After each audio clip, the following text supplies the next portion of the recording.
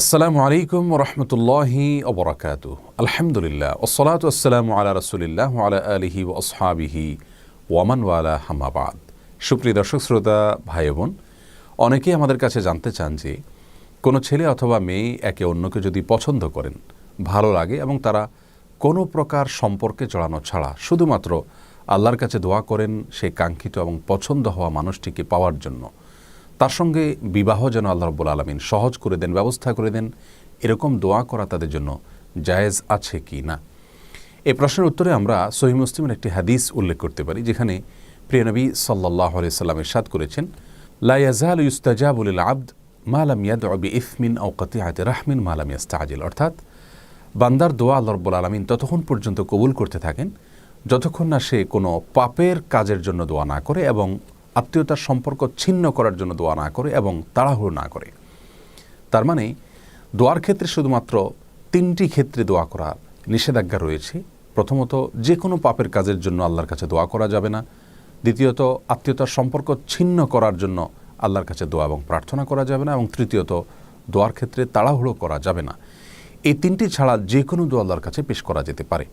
এ হাদিসের আলোকে আমরা বলতে পারি যে সুনির্দিষ্ট করে কাউকে জীবনসঙ্গী হিসাবে পাওয়ার জন্য আল্লাহ রাব্বুল আলামিনের কাছে দোয়া করাতে ইসলামী শরিয়ার দৃষ্টিকোণ থেকে মৌলিকভাবে কোনো বাধা নেই। এভাবে দোয়া করা যেতে পারে। তবে ইসলামী শরিয়া সেক্ষেত্রে একজন মুসলিমকে পরামর্শ দেয় তিনি যেন আল্লাহর কাছে কিছুটা শর্ত জুড়ে দিয়ে কোনো নির্দিষ্ট ব্যক্তিকে জীবনসঙ্গী হিসাবে পাওয়ার দোয়া করেন।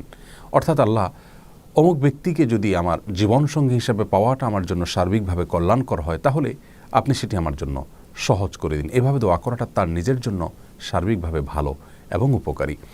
আল্লাহ রাব্বুল আলামিন কোরআনে কারিমে বলেছেন, ওয়া আসা আন তুহিব্বু শাইআন ওয়া হুয়া কুরহুল লাকুম।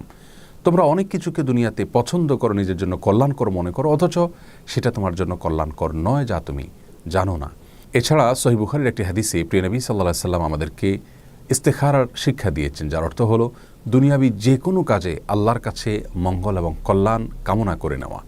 সে দোয়ার একটি অংশ হলো ওয়াকদুর লিয়াল খাইর হাইসু কান সুম্মা রদনি বিহি, যার অর্থ হলো, আল্লাহ আমার জন্য কল্যাণ যেখানে লেখা আছে আপনি সেই ফয়সালাটাই করুন এবং সেই ফয়সালা যেন আমি মন থেকে মেনে নিতে পারি, আমার মন যেন সন্তুষ্ট চিত্তে গ্রহণ করে নেয়, সেরকম তৌফিক আমাকে নসিব করুন।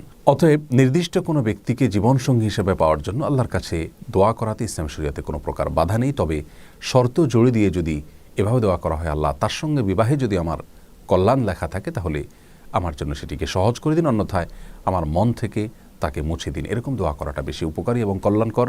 আর কোনো অবস্থাতেই তার সঙ্গে হারাম সম্পর্কে জড়ানোর বিষয়ে আল্লাহর কাছে দোয়া করা যাবে না, তাহলে সেটি গুনাহের কারণ হবে। আল্লাহ তাআলা সব ক্ষেত্রে আমাদেরকে তার সমস্ত নির্দেশগুলোকে মেনে চলার তৌফিক দান করুন। আসসালামু আলাইকুম ওয়া রাহমাতুল্লাহি ওয়া বারাকাতুহু।